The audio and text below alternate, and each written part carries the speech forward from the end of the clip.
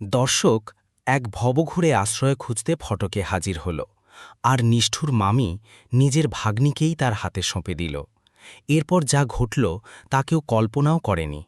দর্শক, এটি শুধু একটি কাহিনী নয়, অনেক পরিবারের রূঢ় বাস্তবতা। এমন এক মামি যার কাছে নিজের ভাগ্নিই আপদ মনে হতে থাকল, আর তাকে এক অপরিচিত লোকের সঙ্গে তাড়িয়ে দেবার ফন্দি আঁটল। শহরের এক প্রান্তে এক পাড়ায় মালতীর একতলা বাড়ি ছিল। বাড়িটি খুব বেশি বিলাসবহুল না হলেও বাইরে থেকে দেখতে বেশ ছিমছাম লাগত। বাইরে সারি সারি টব আর জানালায় গাঢ় রঙের গ্রিল রোদে চকচক করত, আর দরজার চারপাশে সবসময় পরিপাটি ভাব ভাসত। কিন্তু সেই ছাদের নিচে থাকা একটি মেয়ের জীবন একেবারেই শান্তিতে কাটত না। সেই মেয়েটির নাম ছিল নিতা। বয়স ২০ বছর, টানা টানা চোখ, ছিপছিপে গড়ন আর অবয়বে এমন এক বিষণ্ণতা যা দেখে যে কারো ভীষণ মায়া জন্মে যাবে। তবে তার উচ্ছ্বাস বহু আগেই চিরতরে ফুরিয়ে গিয়েছিল। নিতার মা বাল্যকালেই দুনিয়া ছেড়ে বিদায় নেন, আর কয়েক বছর বাদে তার মামা তাকে দত্তক নেন। মামি অর্থাৎ মালতী গোড়ায় বেশ মিষ্টি আচরণ করত, তবে দিন গড়াতেই তার আসল চরিত্র প্রকাশ্যে আসতে আরম্ভ করে। নিতা তার চোখে ভাগ্নির বদলে আপদ বেশি ছিল। সে কেবল যে কোনোভাবে তাকে নিজের সংসার আর নিজের আঙিনা থেকে চিরতরে তাড়িয়ে দিতে চাইত। নিতা হাতের কাজে পটু ছিল, সে সেলাইয়ের প্রশিক্ষণ নিয়েছিল, কিন্তু মালতী তাকে কখনোই পেশায় নামতে দেয়নি। সংসারের খুঁটিনাটি যাবতীয় খাটুনি তাকে দিয়েই মেটানো হতো। ভোরে জলদি জেগে বাসন মাজা, কাপড় ধোলাই করা সমস্তটাই নিতার কাঁধে চাপত। আর কখনো বিন্দুমাত্র ত্রুটি ঘটলে মালতী পাড়াপড়শির সম্মুখে তাকে যাচ্ছে তাই শোনাত। একদা বিকেলের ভাগে নিতা উঠোনে কাপড় কাচ্ছিল, আর মালতী বারান্দায় শুয়ে রেডিও শুনছিল। হঠাৎ গেটের ওপাশ হতে ডাক এলো, দিদি, 2টো পয়সা দিন, ভগবান মঙ্গল করবেন। মালতী খিটখিটে মেজাজে রেডিওর নব ঘুরিয়ে দিল, আর ক্ষিপ্ত পায়ে গেটের কাছে পৌঁছল। গেট সরাতেই নজরে পড়ল অচেনা এক ভবঘুরে। বয়স বোধহয় 28 হবে, মলিন ছেঁড়া জামা, রুক্ষ চেহারা, পায়ে কাদা মাখা। তবে তার চাহনিতে এক আশ্চর্য সারল্য ফুটে উঠছিল। চেহারা দেখে মোটেও মনে হচ্ছিল না লোকটা বখাটে প্রকৃতির মানুষ। তার পরিচয় ছিল সুমন। বহু মাস যাবৎ গলিতে হেঁটে হেঁটে ভিক্ষা মেগেই নিজের ক্ষুধা মেটাত। মালতী লোকটিকে মাথা হতে পা অবধি মাপল, আর তাচ্ছিল্য ভরে শোনাল, হাত পা তো দিব্যি আস্ত রয়েছে দেখছি, তারপরেও ভিখারির মতো ভিক্ষা চাইছিস, খেটে রোজগার করতে পারিস না? সুমন আস্তে আস্তে মাথা নামিয়ে জবাব দিল, খাটনি দিলে খেটে দেব গো, কাজ জুটতে চায় না। এমন সময় নিতা পুরনো শার্ট হাতে বেরিয়ে এলো। তার দৃষ্টি সুমনের দিকে যেতেই সে কয়েক মুহূর্তের তরে থমকে গেল। অবয়বে অভাবের ছাপ পরিষ্কার ছিল, তবে দৃষ্টিতে কোনো কপটতা ছিল না, কেবল যন্ত্রণা আর নিঃসঙ্গতা ফুটে উঠছিল। নিতা নীরব থেকেই শার্টটি তার দিকে বাড়িয়ে দিল। সুমন বিস্মিত চোখে নিতার পানে চাইল, কেননা বেশিরভাগ লোক তাকে দেখা মাত্র গেট আটকে তাড়িয়ে দিত। সম্ভবত এই প্রথমবার কেউ তাকে সম্মান দিয়ে পোশাক দিল। সে মৃদুস্বরে হানাল, কৃতজ্ঞ। অমনি আচমকা মালতী বিশ্রীভাবে হেসে উঠল আর শুধল, তো রোজগার চাই? সুমন সম্মতিতে মাথা নাড়ল।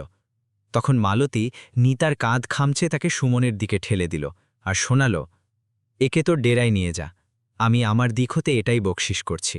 এমনিতেও এর যৌবন ফুরিয়ে আসছে, আর আমি এর পেছনে ফুটো করিও ঢালব না।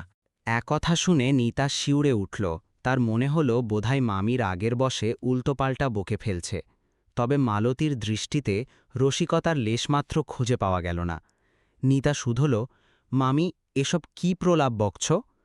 মালতী রুক্ষস্বরে জানাল, বিন্দু বিসর্গও মিথ্যে নয়, তুই আমার ঘাড়ে আপদ। তোকে পাত্রস্থ করতে টাকা ওড়ানোর চেয়ে উত্তম তুই আজই বেরিয়ে যা। সুমনও হকচকিয়ে গেল। সে তড়িঘড়ি করে বলল, না দিদি, আমি ওনাকে কোন চুলোয় নেব? আমার নিজেরই শোবার ঠিকানা নেই। অথচ মালতী সাফ জানিয়ে দিল, এখন থেকে এই অপয়ামে আমার ঘরে ঢুকবে না। নিতার দুচোখ জলে ভিজে উঠল। সে করুণ চোখে শেষবার মালতীর পানে চাইল, কিন্তু মালতী ঘাড় অন্যদিকে ফেরাল। ওই ক্ষণেই নিতা টের পেল, যে আত্মীয়তাকে সে বহুকাল যাবৎ টিকিয়ে রাখার প্রয়াস চালাচ্ছিল তা প্রকৃতপক্ষে বহু পূর্বেই চুকে গেছে।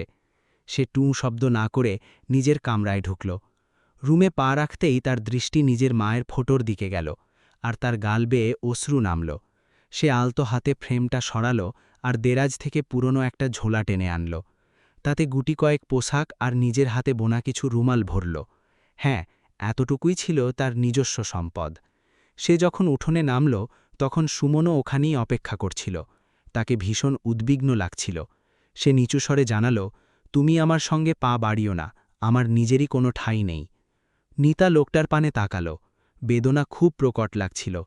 অতঃপর স্থির কণ্ঠে জানাল, যে ভিটেতে আমার কানাকড়িও মূল্য নেই, সেখানে কি লাভ? এটুকু উচ্চারণ করেই সে ফটক পেরিয়ে গেল।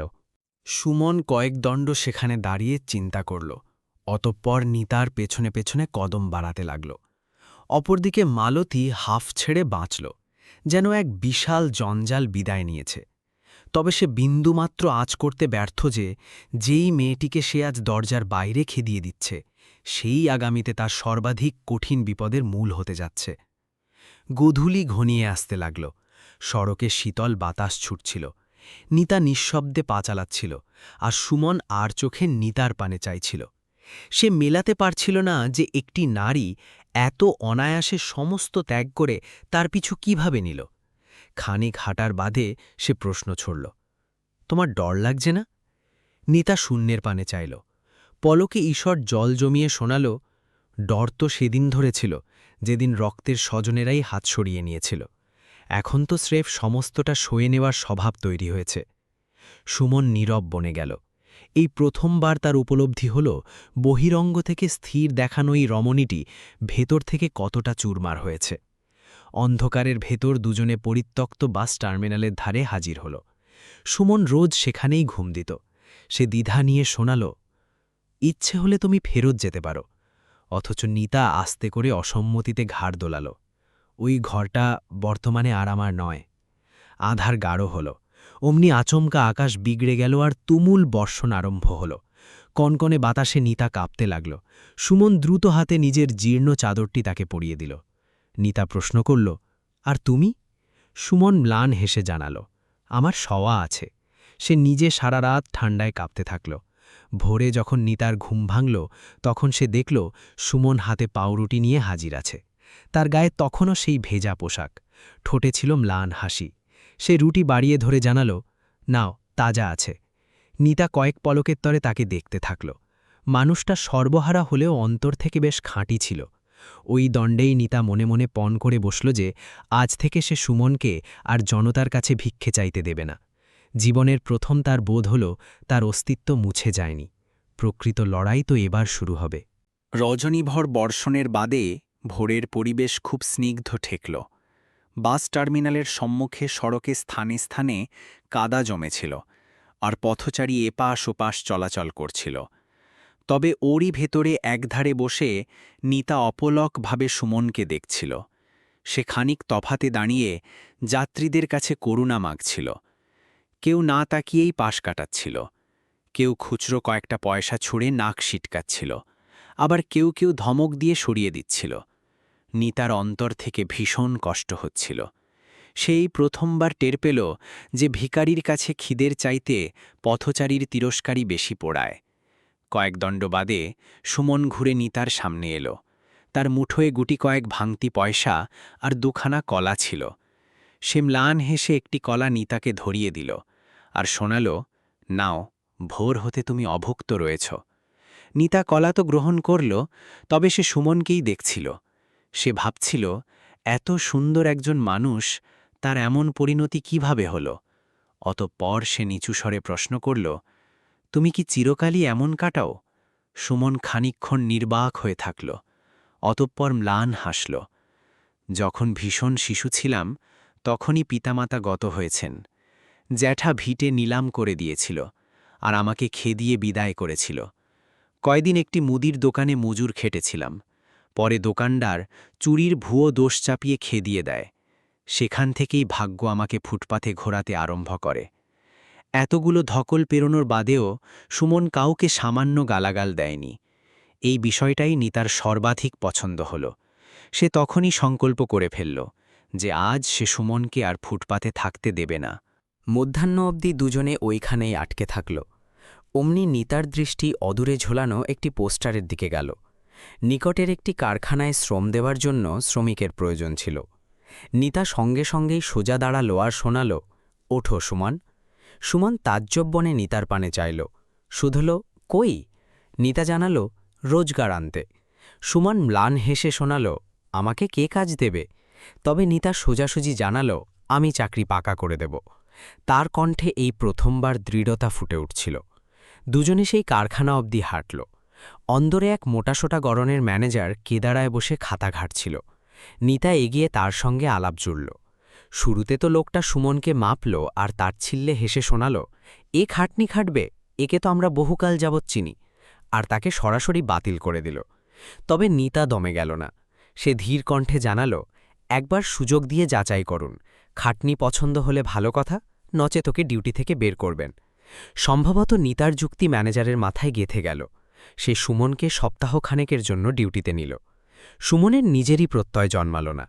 ফটক পেরোতেই সে নিতার পানে চাইল আর প্রশ্ন রাখল, তুমি আমার খাতিরে এত কিছু কি জন্য করলে?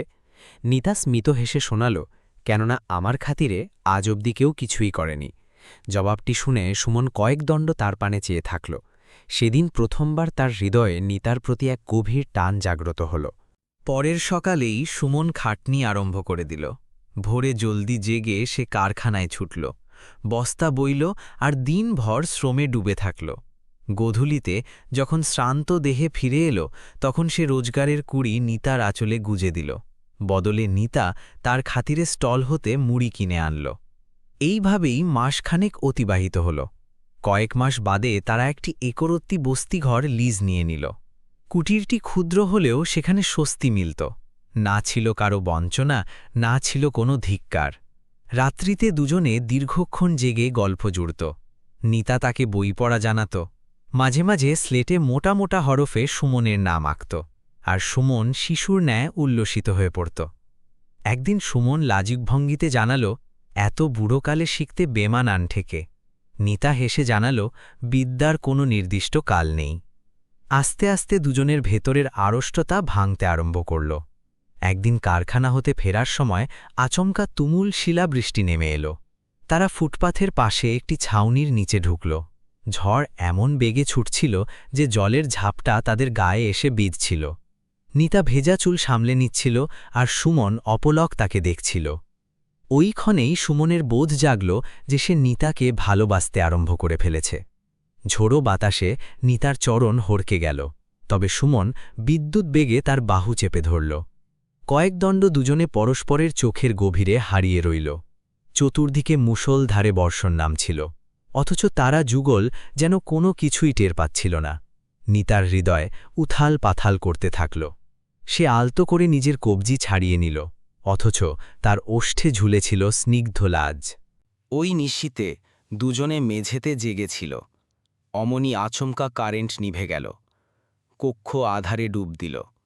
অদূরে একটানা ঝমঝম আওয়াজ বাজছিল। সুমন গড়াদের পাশে দাঁড়িয়েছিল। সে গাঢ়স্বরে জানাল, নিতা, ওই দিন যদি তুমি আমার পিছু না নিতে, তবে নির্ঘাত আমি চিরকাল যাত্রীদের কাছে ভিক্ষাই মেগে কাটাতাম। নিতা তার চোখে চেয়ে শোনাল, আর ওই দিন যদি তুমি আমাকে তোমার আশ্রয়ে না টানতে, তবে নির্ঘাত আমি ওই নরকে ধুকে মরতাম। তারা ম্লান হাসল। অতঃপর কয়েক দণ্ড উভয়ে স্তব্ধ থাকল। পরে সুমন জানাল, তোমার আগমনের বাদে জীবনে অনুভব হল যে আমিও রক্ত মাংসের মানুষ। উক্তিটি কানে যেতেই নিতার দুচোখে জল ভরল। সে আজ প্রথমবার টের পেল যে প্রকৃত ভালোবাসা প্রাসাদোপম ঘরে নয়, বরং সুন্দর হৃদয় হতে জুটে যায়। বহু ক্ষেত্রে তো নিদারুণ যন্ত্রণা ভোগ করার বাদেও মানুষ একে অপরকে সর্বাধিক নিবিড়ভাবে চেনে। অপরদিকে মালতীর দশা আস্তে আস্তে শোচনীয় হতে আরম্ভ করল। যেই মহাজনের হাত হতে সে ঋণ করেছিল, সে ক্রমাগত সুদ হাঁকছিল। সংসারের ব্যয় ফুলে ফেপে উঠছিল, আর তার মাঝে পাড়ার প্রতিবেশীরা কটু মন্তব্য ছুড়তে লেগে পড়েছিল। সবখানে এই কানাঘুষোই চলছিল যে মালতী নিজের আপন ভাগ্নিকে এক সর্বহারা ভিখারির কাছে পাচার করে দিয়েছে। লোকেরা প্রকাশ্যে বাক্য শোনাত না, তবে আড়ালে চরম পরিহাস করত। এই ব্যাপারখানা মালতীকে অন্তরে অন্তরে দগ্ধ করে মারছিল।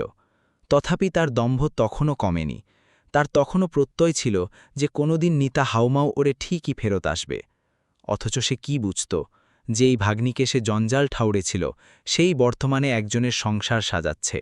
কয়েক মাস বাদে কারখানার মালিক সুমনের মেহনত পরখ করে মাইনে বাড়িয়ে দিল। বর্তমানে সে অতীতের চাইতে পরিচ্ছন্ন পোশাক চাপাতে আরম্ভ করেছিল। তার অবয়বে উচ্ছ্বাস ধরা পড়তে আরম্ভ করেছিল। একদিন গোধূলির ভাগে যখন সুমন কারখানা হতে পৌঁছল, তখন তার মুঠোয় একটি কাগজের প্যাকেট ছিল। নিতা প্রশ্ন ছুড়ল, ওতে কি এনেছ? সুমন কুণ্ঠিত হয়ে জানাল, তোমার খাতিরে। নিতা মোড়কটি ছিঁড়ে পেল, ভেতরে চমৎকার নকশার শাড়ি ছিল। সুমন হাসিমুখে শোনাল, প্রথম ইনক্রিমেন্টের কড়ি জমিয়ে এনেছি। কথাটি কানে যেতেই নিতার চোখ আর্দ্র হয়ে উঠল। সে জন্মেও ভাবেনি যে কেউ তাকে এত ভালোবেসে কিছু কিনে আনবে। অতঃপর সে নতুন কাপড়টি গায়ে চাপাল। খুব বেশি মহার্ঘ না হলেও নিতাকে তাতে ভীষণ রূপবতী দেখাচ্ছিল। সুমন কেবল তাকে দেখতেই থাকল। ওই ক্ষণে তারা অতীতের চাইতে অধিক নিবিড় হয়ে পড়েছিল। তবে তারা বিন্দু বিসর্গও আজ করতে পারেনি যে অদূরে তাদের ভাগ্যে এমন এক চমক আসতে চলেছে যা সমস্তটা পাল্টে ফেলবে, আর তার সঙ্গেই মালতীর জমানো সমুদায় পাপের খেসারতও আরম্ভ হতে চলেছিল। সুমন এবং নিতার ভাগ্য আস্তে আস্তে পাল্টাতে লাগল। যেই সুমনকে পথচারী সর্বদা ফুটপাতে পেয়ে তাড়িয়ে দিত, বর্তমানে সেই ভদ্র জামায় কারখানায় ছোটে। এক্ষণেবার পদচ্চারণা আর বাক্য ছড়ার কায়দাও বদলে গিয়েছিল। সর্বাধিক মুখ্য ব্যাপার, তার দৃষ্টিতে এখন আর হাহাকার নেই, বরং স্বপ্ন ফুটে উঠছিল। আর এগুলো এক নারীর কল্যাণেই ঘটেছিল। সেই নিতা যাকে তার মামি জঞ্জাল ঠাউরে ভিটে হতে তাড়িয়ে দূর করেছিল। ওই একরতি কামরায় কড়ি স্বল্প জুটলেও স্বস্তি প্রচুর মিলত। নিশীতে দুজনে একত্রে পিড়িতে খেত, ভবিষ্যৎকালের স্বপ্ন বুনত, কখনো কখনো খিলখিলিয়ে হাসতে হঠাৎ স্তব্ধ হয়ে পড়ত। দুজনের অন্তরেই কোনো না কোনো গুপ্ত শঙ্কা জাগত, পাছে এই সুখ পুনরায় না তাদের ছেড়ে বহু দূর পালিয়ে যায়। এক সাঁঝে সুমন ডিউটি সেরে ফিরলে তার বদনে এক অদ্ভুত উদ্ভাস ছিল। কপাট সরাতেই নিতা প্রসন্ন বদনে এগোল, তবে পরক্ষণেই সুমন তার 2 কবজি আঁকড়ে ধরল। নিতা ভরকে গিয়ে শুধল, এসব কি হচ্ছে সুমন? সুমনের দৃষ্টি সামান্য ভেজা থাকলেও অবয়বে উল্লাস পরিষ্কার ফুটে উঠছিল। সে শোনাল, আজ বড়বাবু আমাকে হেড মিস্ত্রি পদে বসিয়েছে। খবরটা পেতেই নিতার দুচোখ ঝলমল করে উঠল। সত্যি? সুমন ঘাড় দুলিয়ে জানাল, ম্যানেজার বলেছে আমি ভীষণ কর্মঠ আর বিশ্বাস রাখার উপযুক্ত। খবরটা জানাতে জানাতে তার দুচোখে অশ্রু নেমে এলো, কেননা জন্মে এই প্রথমবার কেউ তার যোগ্যতা মেনেছিল। নিতা আবেগকে রুখতে পারল না, আর আহ্লাদে সে সুমনকে জড়িয়ে ধরল। কয়েক দণ্ড উভয়ই নিঃশব্দে একে অন্যের ঘেঁষে থমকে থাকল। বর্তমানে দুজনের পরিস্থিতি অতীতের চাইতে অধিক সচ্ছল হতে আরম্ভ করেছিল। পরের দিন সুমন সর্বপ্রথম পরিপাটি পোশাক চাপিয়ে বেরোল। নিতা তাকে সদর অবধি বিদায় জানাতে এগোল। সুমন যেতে যেতে বারবার পেছন ফিরে তাকাচ্ছিল, আর প্রতি দফায় নিতা হাসছিল। সম্ভবত প্রথমবার তার উপলব্ধি হচ্ছিল যে কেউ তার পথ চেয়ে আছে। অথচ নগরের অপর দিকে মালতীর অস্তিত্ব আস্তে আস্তে চুরমার হতে আরম্ভ করেছিল। পাড়াপড়শি তার সঙ্গ এড়িয়ে চলতে আরম্ভ করেছিল। এলাকার গিন্নিরা তাকে ঘিরে বিবিধ গসিপ ছড়াত। কি রাক্ষসী ডাকেনি, নিজের ভাগ্নিকেই পাচার করে ছাড়ল। এই রটনা বর্তমানে গোটা পাড়ায় রটে গিয়েছিল। তার উপর যেই মহাজনদের হাত হতে সে ঋণ নিয়েছিল, তারাও নিজেদের পাওনা ফেরত আদায় করতে নামল। একদিন তো প্রকাশ্য রাস্তায় মালতীর হেনস্তা ঘটল, আর ঋণদাতারা শোনাল, পরের সর্বনাশ ডেকে আনা ডাইনি এবারে নিজেই পথে এসে বসবে। হুমকি শুনে মালতী হাড়ে হাড়ে শিউরে উঠল। তথাপি তার দম্ভ তখনও কমেনি। তার তখনও প্রত্যয় ছিল যে কোনোদিন নিতা হাউমাউ করে ফেরত ঠিকই আসবে। তবে নিয়তি ভিন্ন ছক কষে বসেছিল। কয়েক মাস বাদে সুমন মোটা অঙ্কের অর্থ সঞ্চয় করল। বর্তমানে সে কেবল কারখানাতেই খাটনি দিত না, বরং ম্যানেজারের খাতাপত্রেও নজর রাখতে আরম্ভ করেছিল। কেননা নিতা নিশীতে তাকে অক্ষর জ্ঞান দিত। আস্তে আস্তে সুমন সম্পূর্ণ পাল্টে যাচ্ছিল। তবে দুজনের হৃদয় ভীষণ নিষ্কলুষ আর স্বচ্ছ ছিল। পরবের ছুটি ছিল, আর গোধূলির লগ্নে দুজনে একটি ময়দানে জুটেছিল। পরিবেশ শান্ত ছিল, আর নিতা নির্বাকভাবে মেঘের পানে চেয়েছিল। অমনি সুমন নিচু স্বরে জানাল, নিতা, আমি যদি তোমার কাছে কিছু মাগি, তবে কি তুমি সঁপবে? নিতা তাজ্জব্যনে তার চোখে চাইল আর শুধল, কি?